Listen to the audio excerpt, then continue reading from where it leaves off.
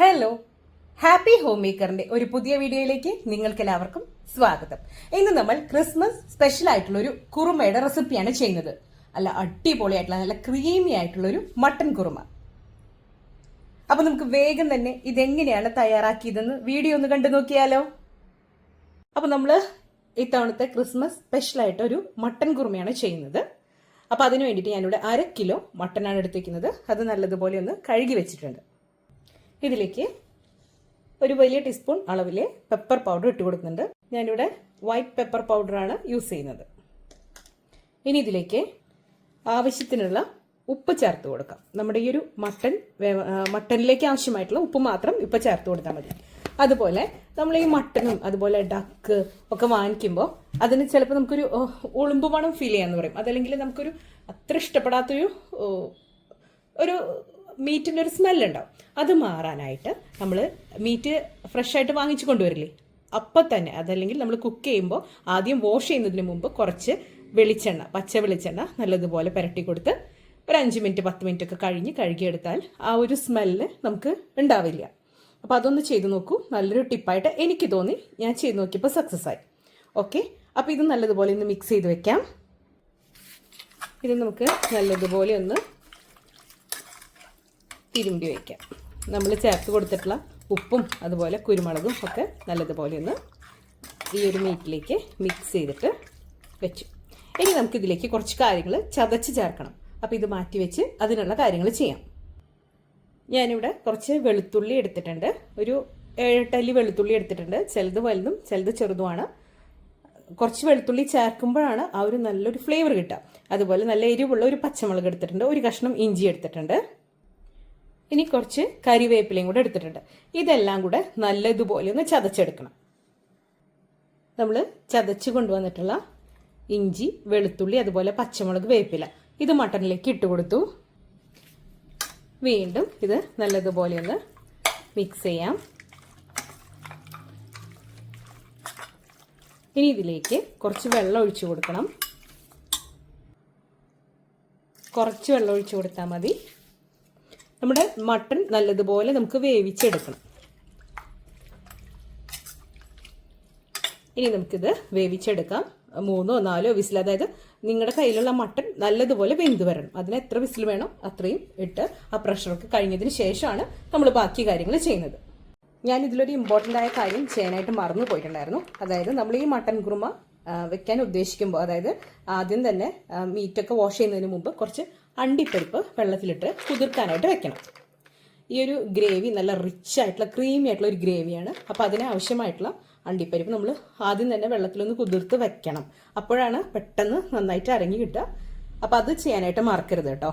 ഇത് നമ്മുടെ ഗ്രേവിയിലെ ഒരു മെയിൻ ഐറ്റമാണ്. മട്ടൻ അവിടെ വെന്ത് വരുന്ന നേരം കൊണ്ട് നമുക്ക് ഇനി ഇതിൻ്റെ ഗ്രേവിയിലേക്ക് വേണ്ടിയിട്ടുള്ള ബാക്കി കാര്യങ്ങൾ വഴറ്റാനുള്ളതൊക്കെ സെറ്റാക്കിയിട്ട് വെക്കണം. അപ്പോൾ അതിന് വേണ്ടിയിട്ട് ഞാനിവിടെ ഒരു 1.5 സവോള എടുത്തിട്ടുണ്ട്. നമ്മൾ 1/2 കിലോ മട്ടനാണ് യൂസ് ചെയ്തേക്കുന്നത്. അത്യാവശ്യം വലിയ സവോളയാണ്, അതുകൊണ്ട് 1.5 സവോളയാണ് എടുത്തേക്കുന്നത്. ഇത് നമുക്ക് ഇതുപോലെ ഇങ്ങനെയാണ് കട്ട് ചെയ്ത് വെക്കേണ്ടത്. അപ്പോൾ ഈ സവോള മൊത്തം നമുക്കിതുപോലെ കട്ട് ചെയ്തെടുക്കാം. നമ്മൾ സവോള കട്ട് ചെയ്ത് വെച്ചിട്ടുണ്ട്. ഇനി നമുക്കിതിലേക്ക് ഒരു കഷ്ണം ഇഞ്ചി വേണം. അത് ഇതുപോലെ ഞാൻ ഇത്രയും മതി കേട്ടോ. നീളത്തിൽ തന്നെ നമുക്ക് ആ ഒരു സവോള ഇരിക്കുന്ന പോലെ തന്നെ നീളത്തിൽ ഇതുപോലെ കട്ട് ചെയ്തിട്ട് എടുക്കാം.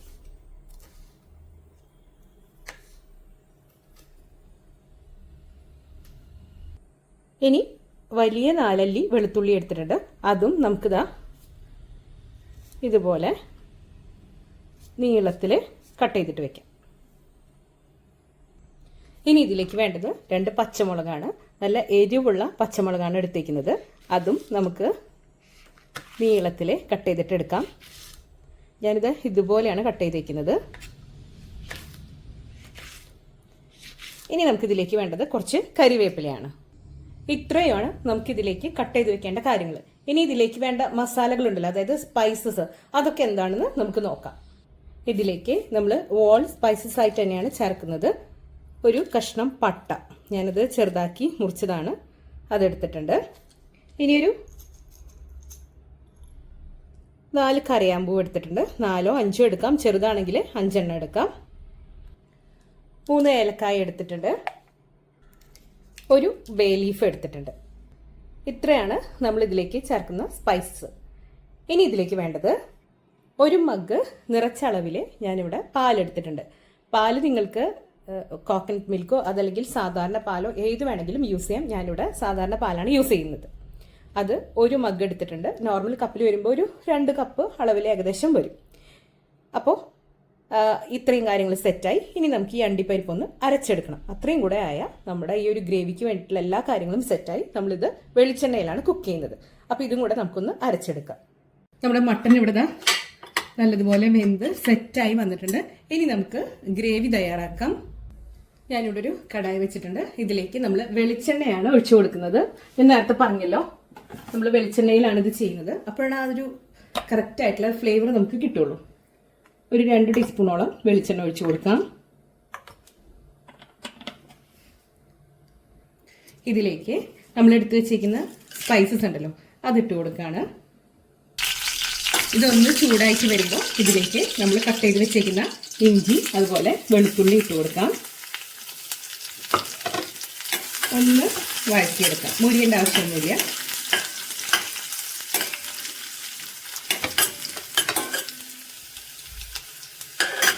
ഇനി ഇതിലേക്ക് പച്ചമുളക്, കരിവേപ്പില ഇട്ട് കൊടുത്തു.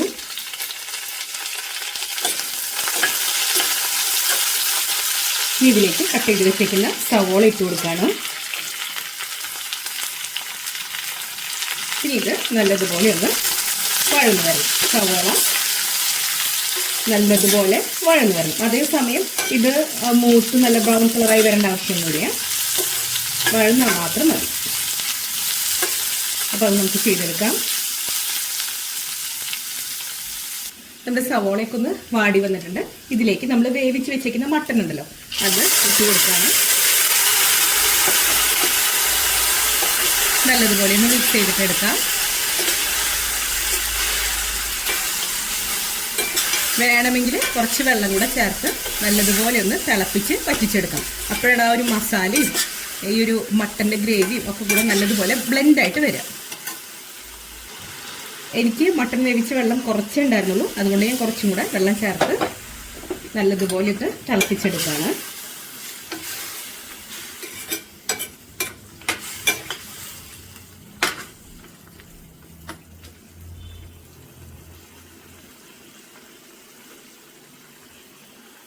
നമ്മുടെ കുറുമേലെ വെള്ളമൊക്കെ ഇതാ വറ്റി വന്നിട്ടുണ്ട്.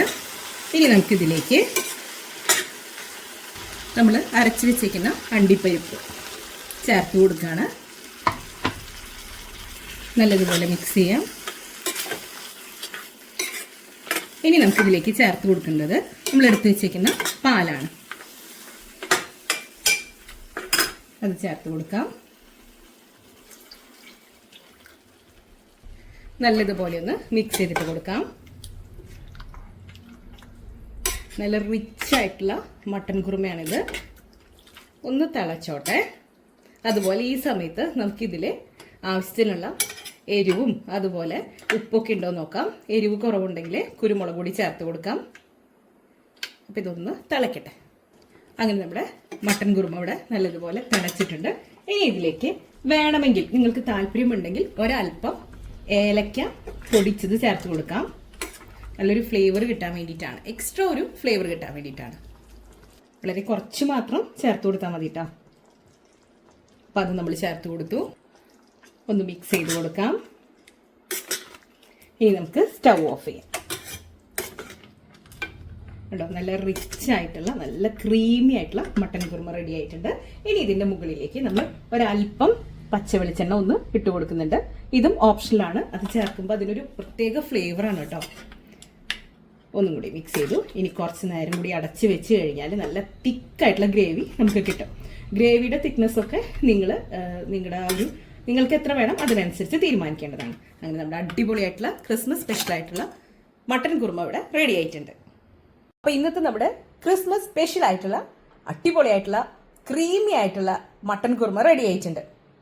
ഇത് നിങ്ങൾക്ക് അപ്പത്തിൻ്റെ കൂടെ മാത്രമല്ല കേട്ടോ, വട്ടയപ്പം, നൂലപ്പം, പത്തിരി എന്തിന് നെയ്ച്ചോറിന്റെ കൂടെ അടിപൊളിയായിട്ടുള്ള ഒരു കോമ്പിനേഷനാണ്. അപ്പൊ ഇന്നത്തെ ഈ റെസിപ്പി നിങ്ങൾക്ക് എല്ലാവർക്കും ഇഷ്ടപ്പെട്ടു എന്ന് ഞാൻ കരുതുന്നു. ഇഷ്ടപ്പെട്ടെങ്കിൽ ലൈക്ക് ചെയ്യാനും ഷെയർ ചെയ്യാനും സബ്സ്ക്രൈബ് ചെയ്യാനും മറന്നു പോകരുത്.